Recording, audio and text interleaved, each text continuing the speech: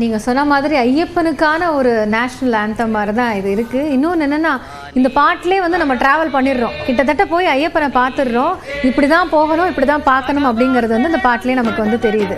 So அது எந்த மாதிரி இருக்கும் உங்களுக்கு ட்ராவல்? இது சாரி ஃபார் இந்த பாட்டு ஒரு பெரிய பியூட்டி தெரியுமா?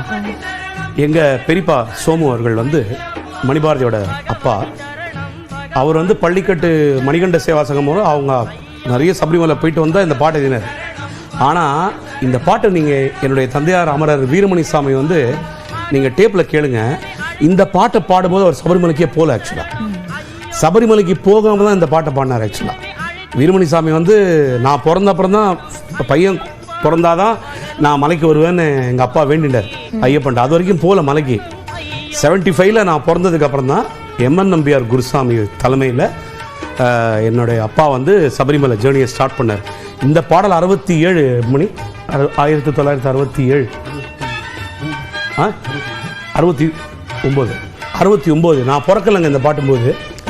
நானும் பிறக்கல, சுபாஷும் பிறக்கல. மணிபாரதிக்கு 4 வயசு.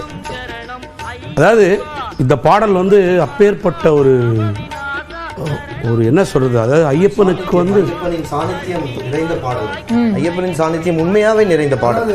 இந்த பாட்டு வந்து எப்படி கம்போசிங் ஆச்சுன்னா, சித்தப்பா அப்பா வீரமணி சித்தப்பா 2 பேரும் சேர்ந்து கம்போஸ் பண்ணுவாங்க. அப்போ வந்து நிறைய பாடல்கள் பண்ணியிருக்காங்க. எப்படின்னாக்கா இந்த பார்சாரதி மேலே 12 மாத உற்சவம், பார்சாரதி மேலே வந்து நின்றான் கண்ணன், அஷ்டலட்சுமி, இதெல்லாம் பாடி நல்ல பிரபலமாக இருக்குது. சரஸ்வதி ஸ்டோர்ஸ்ன்ற கம்பெனியில் ஆல்பம் ரிலீஸ் பண்ணுறாங்க. அப்போ வந்து கொலம்பியா கண்ணன்ற அதுக்கு தலைவர் வந்து கேட்குறாரு, வீரமணி ஐயப்பன் நிறைய ஃபேமஸாக இருக்குப்பா, இப்போ அவரை பற்றி ஏதாவது பாட்டு பண்ண முடியுமா அப்படின்னு. அப்பா வந்து அடிக்கடி மலைக்கு போகிறதுனால வீரமணி சித்தப்பா வந்து கேட்குறாரு, இது மாதிரி அண்ணா ஐயப்பன் பற்றி ஒரு பாட்டு எழுதுண்ணா, சிம்பிளாக இருக்கட்டும்னா அண்ணா, அதாவது நல்லா ரீச் ஆகணும்ண்ணா அப்படின்னு. அதான்டா பள்ளிக்கட்டு சபரிமலைக்கு கல்லும் முள்ளும் காலுக்கு மேத்த, இதான்டா பல்லவி. ஆஹா நல்லா இருக்குண்ணா, இதை டெவலப் பண்ணண்ணா ஒன்று.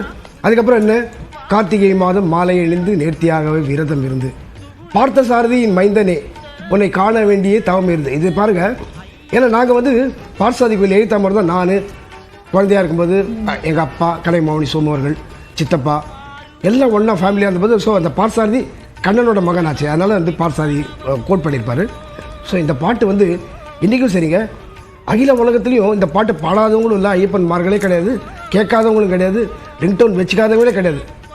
ஸோ இது வந்து எங்கள் ஃபேமிலிக்கே வந்து ஒரு முத்திரையான சாங்னு சொல்லுவாங்க. ஐயப்பன் கொடுத்த ராஜ முத்திரை எங்களுக்கு, எங்கள் குடும்பத்துக்கு இந்த பாட்டு பாடுறது.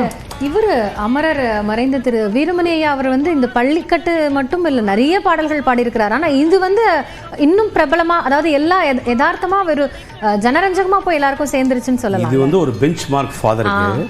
நான் எப்பவுமே சொல்லுவாங்க, நம்ம டிஎம்எஸ் ஐயா, சீர்காழி ஐயா இவங்க பாடின பாடல்கள் எல்லாமே, வீரமணி ஐயா பாடின பாடல் எல்லாமே, தந்தையார் பாடின பாடலாம் கடவுளை அமைச்சுன்றது. கடவுள் தனக்காக அமைத்து கொண்ட இறை தூதுவர்கள் தான் நான் அப்படி தான் சொல்லுவேன்.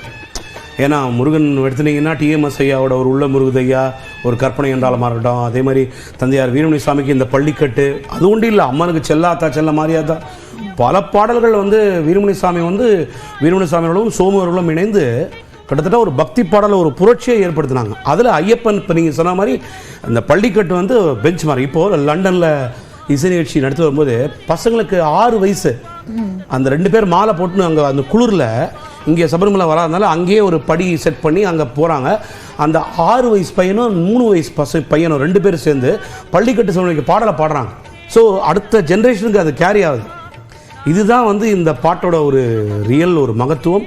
அதுதான் நான் சொல்லுவேன், இது மனிதர்களால் இயற்றப்பட்டதில்லை, அந்த தெய்வம் தனக்காக இயற்றப்பட்ட பாடல். இந்த இறை தூதுவர்கள் என்னுடைய தந்தையார் வீரமணி சாமியர்களும் என்னுடைய பெரியப்பா சோமனோட மூலமாக அதை நிறைவேற்றி கொண்டாருன்னு தான். அதை விட என்ன சொல்லுவாங்க, பாக்கியம். இன்றைக்குங்க இந்த பாட்டு ஐயப்பன் பாட்டுன்னா கச்சேரினா இந்த பாட்டு பாடாமல் யாராலையும் கச்சேரியே பண்ண முடியாது. அந்த மாதிரி ஒரு நல்ல அற்புதமான அந்த பாக்கியத்தை எங்கள் குடும்பத்திற்கு ஐயப்பன் வழங்கினார். இது தவிர வேற என்ன சொல்ல முடியும் சொல்லுங்கள். திரு சுபாஷ் வீரமணி, இப்போது நீங்கள் எவ்ரி டைம் ஐயப்பனை போய் பார்த்துட்டு இந்த மகர ஜோதிக்கு முன்னாடி ஒரு தடவை பார்த்துட்டு வருவோம் எல்லாருமா சேர்ந்து அப்படின்னு, அப்போ அங்கே போய் நின்று அந்த சன்னிதானத்தில் பாடும்போது எப்படி இருக்கும் அந்த உணர்வு? அது சொல்ல முடியாத ஒரு உணர்வு மேடம். அது நிச்சயமாகவே அந்த அனுபவத்தை விவரிக்க முடியாது. நாங்கள் எல்லா இடத்துலையும் இசை நிகழ்ச்சி அந்த ஐயப்பன் மண்டல மகர காலங்களில் செய்கிறோம். இது சொன்ன மாதிரி ஒரு பூர்ணத்துவம் அந்த இசை நிகழ்ச்சிகளுக்கு பூர்த்தி செய்கிற மாதிரி எங்களுக்கு அந்த பாக்கியம் அங்கே கிடைக்கும். அந்த இடத்துல வந்து எல்லா இடத்துலேருந்தும் இந்தியாவின் பல பகுதிகளின் பல மாநிலங்கள்லேருந்தும் மக்கள் வருவாங்க. தமிழில் பாடுவோம், அந்த ஸ்டேட்டுக்கு உண்டான மலையாள பாடல்கள் பாடுவோம். அந்த சமயத்தில் இப்போ சொன்ன மாதிரி நீங்கள் சொன்னீங்க இல்லையா, வீரமணி ஐயா வந்து பள்ளிக்கட்டு மட்டும் பாடல, அது மாதிரி அன்னதான பிரபுவே, பகவான் சரணம், பகவதி சரணம், மாவலை சபரில், இது போன்ற எண்ணற்ற பாடல்கள் பாடிக்கிட்டே இருப்போம். அவங்க பற்றி 2 மணி நேரம் எங்களுக்கு டைம் கொடுப்பாங்க. ஆனால் அதை தாண்டி போயிட்டே இருக்கும் எங்களுக்கு அந்த சாநித்தியம். அதுவும் நீங்கள் சொன்ன மாதிரி அந்த சன்னிதானத்திலே பாடும்போது அது வந்து ஒரு வைக்கூச்சியும் ஒரு அனுபவமாக எங்களுக்கு இருக்கும். எங்களுக்கு அந்த சக்தியை அந்த இறைவன் தான் கொடுப்பான். அந்த ஐயப்பன் அந்த சமயத்தில் எங்களுக்கு பாடும். இப்போ தத்துவமசி அது சொன்ன மாதிரி இறைவன் வந்து நீயும் நானும் வேறல்ல, நீ எதை தேடி வருகிறாயோ அதுவே நீ ஆகிறாய் அப்படின்னு தான் ஐயப்பன் சொல்கிறான். தத் என்றால் அது, துவம் என்றால் நீ, அசி என்றால் ஆகிறாய். நீ யாரை தேடி வருகிறாயோ அதுவே நீ ஆகிறாய், நீ நான் வேறல்ல. அதனால தான் நம்ம வந்து மாலை போட்டவங்கள சாமிமார்கள், சாமி அப்படின்னு நம்ம சொல்கிறோம். ஸோ அப்போ மாலை போட்ட நம்மளும் மற்றவங்கள சாமியாக பார்க்குறோம். அந்த மாதிரி ஒரு உணர்வோடு நம்ம அந்த இசை நிகழ்ச்சி இங்கேருந்து பாடும்போது எல்லாருமே அங்கே சாமிமார்களாக இருப்பாங்க. பல களைப்புகளை மலை ஏறி வராங்க. அந்த சமயத்தில் பாட்டு பாடும்போது அவங்களுக்கு அந்த களைப்புலாம் மறைஞ்சிரும். அப்படியே துள்ளி குதிப்பாங்க. இப்படி எருமையில பேட்டை சொல்கிறாங்களோ அது மாதிரி அந்த இடத்துல இந்த பாடல்கள்லாம் பாடும்போது, சாமி இந்த பாட்டு பாடுங்க, சாமி இந்த பாட்டு, அவங்களுக்கு களைப்புலாம் மாறி அந்த தரிசனத்துக்கு போகிறதுக்கு முன்னாடி நிறைய பேர் க்யூவில் நின்றுருப்பாங்க. அந்த ஸ்டேஜ் வந்து அந்த க்யூவில் நிற்கிற அந்த இதில் தான் இருக்கும், அந்த ஷெட்டில். அவங்க அந்த பாட்டு கேட்டு அந்த க்யூவில் நிற்கிற அந்த களைப்பு கூட அவங்களுக்கு தெரியாமல் இந்த பாடல்கள் மூலமாக இறைவன் எங்களுக்கு அந்த பாக்கியத்தை கொடுத்து எல்லா சுவாமிமார்களின் ஒரு ஆசிகளும் எங்களுக்கு கிடைக்கக்கூடிய ஒரு பாக்கியத்தை அளித்திருக்கிறான். இதுதான் வந்து ஒரு முன்னாடி இப்போ இந்த பாட்டு வந்து பிரபலமா இருக்கிற டைம்ல வந்து நிறைய பேர் இப்போ அதில் சொன்ன மாதிரி இந்த டிசம்பர், இந்த ஜனவரி, இந்த மாதத்துல வந்து நிறைய பேர் மாலை போட்டு போவாங்க, கன்னிசாமி இந்த மாதிரிலாம் இருப்பாங்க. ஆனா இப்போ நீங்க கவனிச்சிங்களான்னு எனக்கு தெரியல, நிறைய பேர் வந்து நிறைய வாலண்டியர்ஸாக வந்து எல்லா டைம்லேயும் வந்து அதை ஒரு டிசிப்ளினாகவே வந்து பண்ணிக்கிறாங்க. ஸோ இது வந்து இந்த பீரியடில் மட்டும்தான் பண்ணணும்னு இல்லை, இப்போவும் நாங்கள் வந்து மனசார ஐயப்பனை நினச்சி போட்டுக்கலாம் அப்படி செய்கிறாங்க. அப்போ அந்த மாதிரியான ஒரு விஷயத்தை எப்படி பார்க்குறீங்க? இல்லை, இப்போது இது இந்த நிறைய பேர் மெயின் ரீசன் வந்து 2 விஷயம் தாங்க. ஒன்று வந்து பார்த்தீங்கன்னா கார்த்திகை மார்கழி தான் ஐயப்பனுக்கு ஒரு உகந்த சீசன் ஜென்ரலாகவே ஒரு இம்ப்ரெஷன் இருந்தது. ஆனால் இப்போ இந்த ஐயப்பனுடைய பெருமைகள் உலகம் எங்கிலும் நீக்கமர இருந்திருக்கிறார் அந்த சர்வரோக நிவாரண தன்வந்திரியான ஐயப்பன்.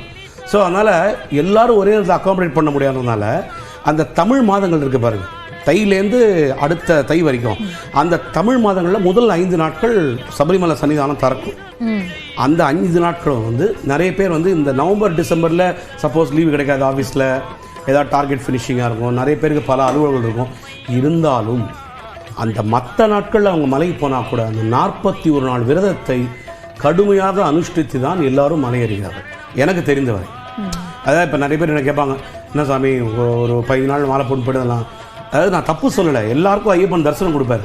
ஆனால் போக வேண்டிய இடம்னு ஒன்று இருக்குது தெரியுமா, நம்ம போய் சேர்ற இடம், அதனுடைய என்ன பலன்? அது சபரிமலைக்கு போகிறது ஒரு மலை யாத்திரைன்றது என்ன தெரியுமா? ஆக்சுவலாக நமக்கு ஒரு வேண்டுதல், நம்முடைய சுற்றம் குடும்பத்தார் எந்த விதமான நோய் நொடி இல்லாமல், நமக்கு எந்த விதமான கஷ்டங்களும் இல்லாமல், மன கஷ்டமும் பண கஷ்டமும் இல்லாமல் எல்லோரும் தேக ஆரோக்கியத்தோடு இருக்கணும்னு ஒரு பிரார்த்தனைக்காக தான் இந்த மலையேற்றத்தை நாம் எல்லோரும் போகிறோம்.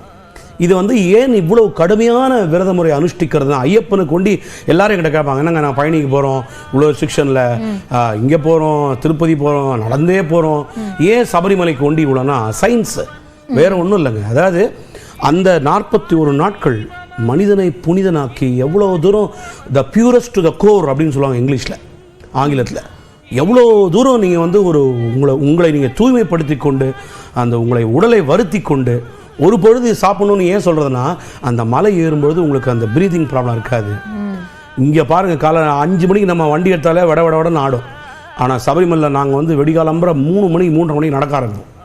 குளிரே இருக்காது, வெறும் உடம்போட நடப்போம். ஏன்னா அந்த காற்று, அந்த பவர் எல்லாத்தையும் விட இந்த மாலை. இப்போ சுபாஷ் சொன்னார் பாருங்களேன், நார்மல் காலத்தில் நாங்கள் ஒரு 3 நாள் கண்டினியூஸாக பாடினாலே